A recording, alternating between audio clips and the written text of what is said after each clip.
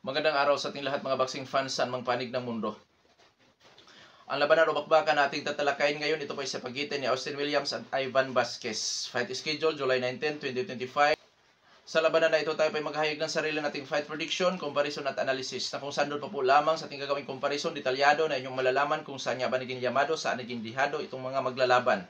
At inaanyahan ko rin po kayo na panoorin ang kabuhang video mula sa ating comparison, prediction, fight analysis. Marami kayong makukuhang karagdagang kaalaman tungkol po sa mga maglalaban at siyempre mga basihan po. Bagamat ako po ay naghahayag ng prediksyon, nasa inyo pa rin po ang huling desisyon.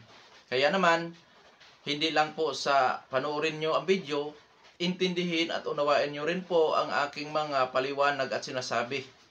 Oo. At sa ganon, malaya nyo yung mapagdesisyonan ang inyong pipiliin. O, pabor ba kayo hindi sa aking prediction, nasa inyo na po ang huling desisyon. Bago naman natin ito simulan, para po sa mga boxing fans na bago pa po lamang napadpa dito sa ating munting channel, inanyahan ko po kayo na sana suportahan po sa pamamagitan po ng pag-subscribe, like, and share. At para po sa mga boxing fans na walang sawa na sumuporta o sumabaybay dito sa ating munting channel, taos puso po ako nagpapasalamat sa inyong lahat. Wala po Dog Sports PH kung wala rin po kayo mga idols. So, mga idols, simulan na natin. Dahil sa magkaroon tayo ng comparison, marapat lamang na atin din tatalakayin ang mga background dito sa magkabilang panig. Bukod sa susi yan sa ikapanalo dito po sa dalawang maglalaban, yan na rin po ating gagamiting referensya doon po sa ating comparison para detalyado. Unahin natin sa panig ditong si Ivan Vasquez.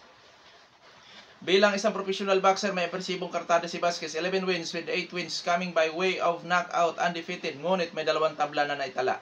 31 anyos at ang height, 6 foot flat. Orthodox ang stance sa count ratio 72.73%. Last fight February 15, 2025, nagkasagupa si Omar Rosales. Panalo may first round knockout si Ivan Vasquez. Ngayon dadako naman tayo sa eksperyensya, karanasan nitong si Ivan Vasquez. Sinuri ko po ang boksingerong ito kung ito ba ay dating lumalaban sa amateur boxing or sa Olympic na mismo. Wala po tayong natatagpuan. Ang nakita ko lamang doon na ang ama pala nitong si Ivan Vasquez na si Jose Luis Vasquez ay dating professional boxer na nagsisilbing trainer nitong si Ivan Vasquez. So malaking tulong na rin po yan para sa batang si Ivan Vasquez. Ngayon sa kanyang karanasan dito sa pro fights mga idol, 2023 nakasagupan nito si Richard Hicks na may 13-1 na kung saan nauwi sa majority draw ang kanilang naturang suntukan, which is schedule of 8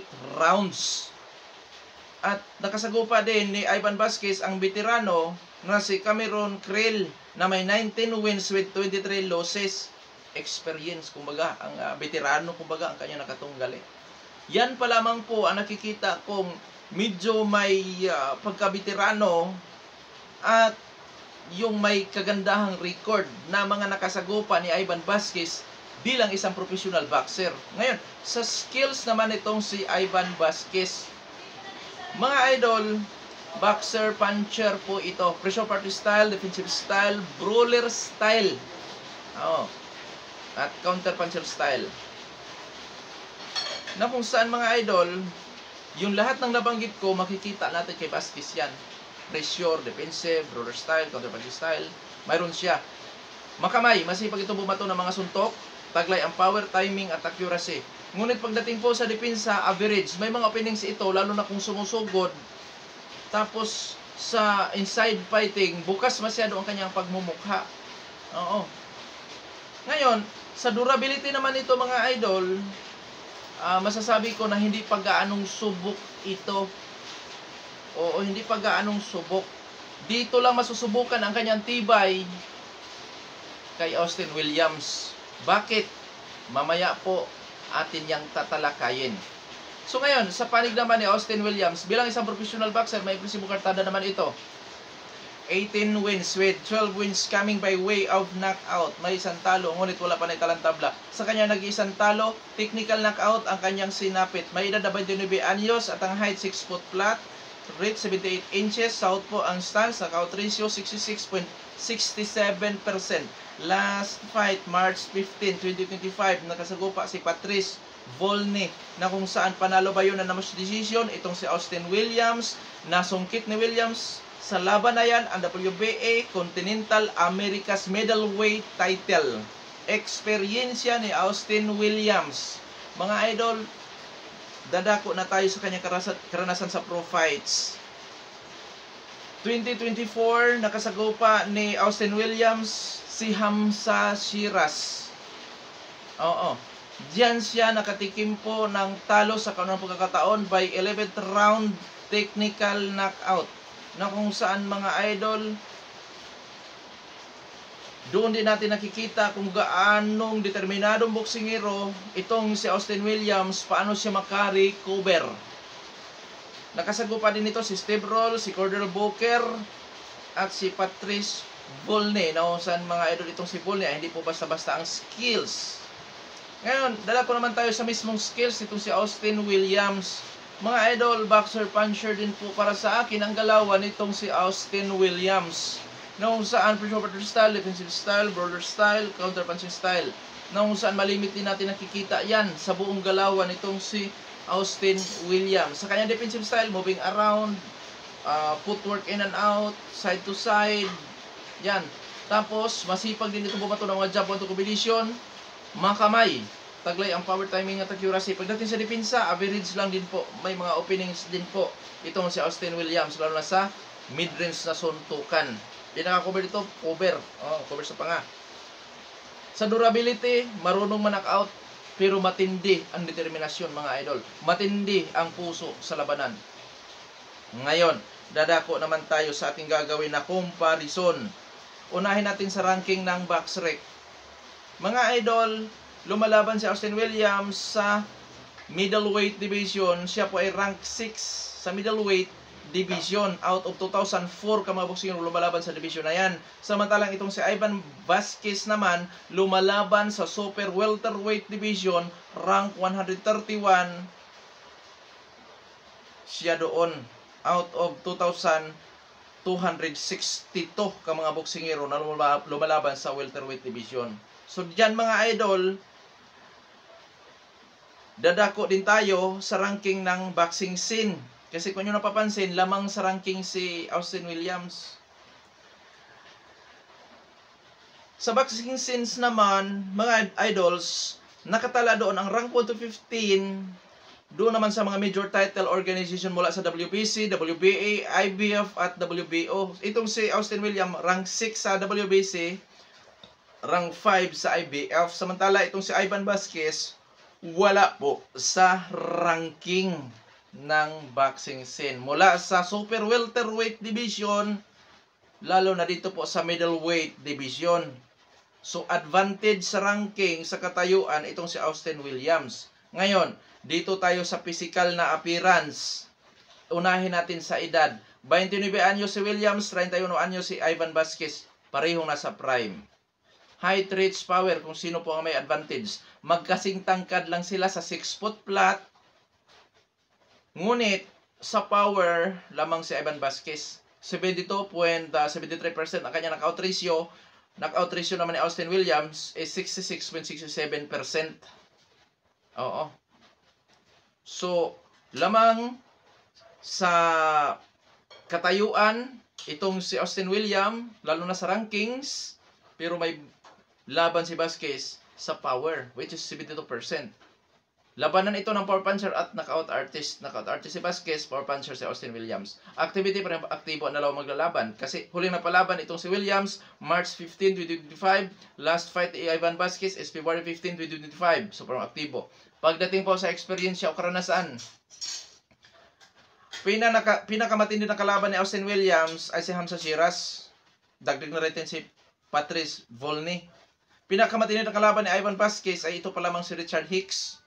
So mga idol, kayo napapansin, lamang po sa eksperyensya, sa uri ng kinalaban, si Austin Williams. 60-40 sa eksperyensya mga idols, in favor of Austin Williams. For the first time, mapapalaban si Ivan Vasquez sa katulad ka dekalibre, ka eksperyensyado na katulad ni Williams. So first time yan, ni Ivan Vasquez. Dito ngayon masusubok ang kanyang kakayahan. Sa skills, parehong boxer puncher. Oo. Lamang, yung power at hand speed nitong si Ivan Vasquez mga idol, ang posibleng magpapahirap naman kay Austin Williams. Oo. Pero hindi na bago para kay Williams. Ang mapapalaban niya Ivan Vasquez kasi nga yung laban pa lamang niya kay Hamza Shiras na kung saan si Hamza Shiras unti-unti nang umukit ng pangalan ngayon sa boxing. Kaya yan mga idol. Oo. So ngayon, sino Llamado? Na kay Austin Williams ang kalamangan sa rankings mula sa world rankings, sa boxrec rankings, na kay Austin Williams yan. So ang panlaban lang dito kay ni Ivan Vasquez mga idol yung hand speed with power na kung saan mga idol is nakakakabayan. Bakit? Kahit pa lamang ka sa rankings, kahit pa sabihin natin lamang ka sa eksperyensya, pero ang suntok mga idol, hindi ko makilala ng eksperyensyado. Yun ang problema ngayon. Dahil hand speed with power na kay Ivan Vasquez. O yung hand speed at power na kay Ivan Vasquez yan. Na posibleng magpahirap dito sa eksperyensyado na Austin Williams.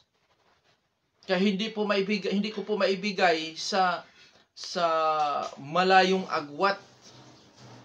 Nasabi ko na sa inyo mga advantages itong si Austin Williams, rankings, experience, pero sa skills pareho silang boxer puncher. Na kung saan, bagamat power puncher din naman itong si Austin Williams, at dito masusubok ang kakayahan ni Ivan Vasquez, pero yung hand speed with power nitong si Vasquez mga idol, isang suntok lang kasi ang kanyang kailangan. Pag napuruhan niya itong si Williams, at tapos ang laban, which is may kakayahan to dahil may liksi nga, may hand speed nga, tapos taglay pa ang power. Kaya masasabi kong 55, hindi 55-45 to. Ano to mga idol?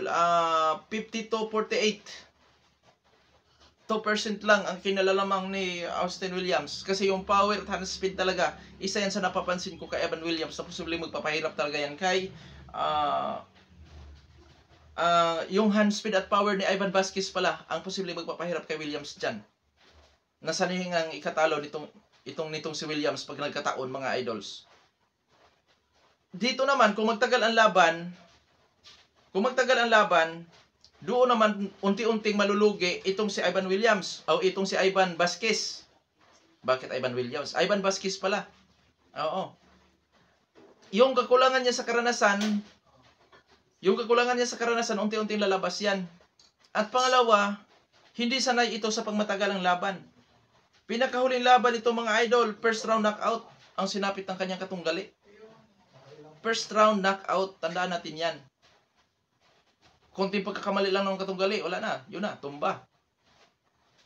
Oo, first round lang, ang tinagal, no, Omar Rosales. So, kung tatagal ang laban, posibleng maubusan ng stamina itong si Ivan Vasquez.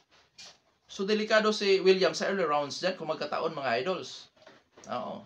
Kaya wag magpakangkabante itong eksperyensyado na. Dahil dyan malimit pa naman natatalo ang mga eksperyensyado sa mga hindi kilalang boksingero. Oo. Dahil sa sobrang kampante o tiwala. Yun ang problema doon eh. So ngayon, dadako na tayo sa ating prediction sa laban. Pabor ako kay Austin Williams na mananalo ito by unanimous decision. Split decision. Dahil sa ito po ay boxing at mataas din naman kahit papaano ang knockout ratio nitong si Austin Williams na maabot sa 66.67% considered as a power puncher. So mga idols, given ang makapagpa-knockout itong si Austin Williams later rounds. Magsimula sa round 8 hanggang 10. Oo. Given. Kasi posible kasing mapagod or maubusan ng stamina itong si Ivan Vasquez. Dahil hindi sanay sa pangmatagalang labanan. Pero yan ay may tendency din po na dahil sa training o ensayo nitong si Ivan Vasquez, which is yung preparasyon niya, na kaya ding umabot sa 10 rounds. Oo. Pero yun nga, sabi ko nga, pero may tendency. Oo. So sa panig naman ni Ivan Vasquez, kasi pabor ako kay Austin Williams. So sa panig ni Ivan Vasquez mga idol, parang nalito ako sa panig ni Ivan Vasquez, Gamit ang kanyang power at hand speed, posible niyang ma-knock out 1-6 si Austin Williams. At gamit ulit ang kanyang power at hand speed at kasama sa kanyang husay sa preparation, posible din niyang talunin si Austin Williams sa puntusan. Kaya nga sabi ko sa inyo, 50-48 ito sa comparison. May laban ito kahit nasabi natin may kakulangan pagdating po sa eksperyensya. Kasi yung hand speed at power na pagsabay nitong si Ivan Vasquez, mga idol, ay hindi po yan matatawaran. Tandaan natin, diyan nag-8 Division World Champion ng ating pabansang kamao sa mapagsabay ang hand speed with power. Oo. Yun naman talaga ang pang-ano ni Pacquiao hand speed with power. Volume punches, which is makamay din itong si Ivan Vasquez. Kaya abangan natin. Dito masusubok ang kakayahan ni Ivan Vasquez. Oo, sa laban kay Austin Williams. Pero para sa akin, Williams ako dyan, mga idols. Para sa akin, oo, by unanimous decision or kahit sa knockoutan dahil mataas din naman ang kanyang knockout ratio. Pero yun nga, baka mahirapan siya dito dahil may kaliksian nga kung manuntok itong si Ivan Vasquez. Oo.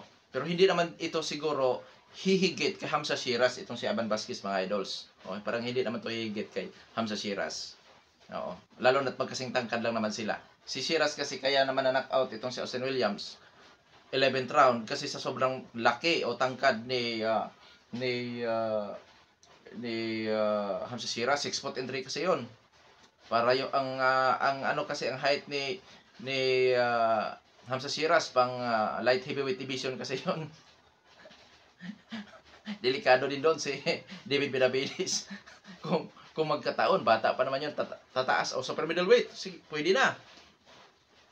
Pag bumaba si Benavides, pwede rin yung nakasagupa or si Canelo mismo. So, yan mga idol ang ating talakayan na kung saan mga idol sa comparison natin is 50-48 in favor of Austin Williams. So, 2% lang po ang kinalabang para sa akin kay Austin Williams. Eksperyensya, rankings, yan. Tapos, yung skills, may laban din si Austin Williams. So, abangan natin. Magandang laban din po ito. Bukas na po ito mga idol, araw po na linggo. Bago sumapit ang laban ng ating pabansang kamao, sila siguro ang mauna itong mga laban na to. Hanggang dito na lamang ito po, Sports Speech. God bless po sa ating lahat.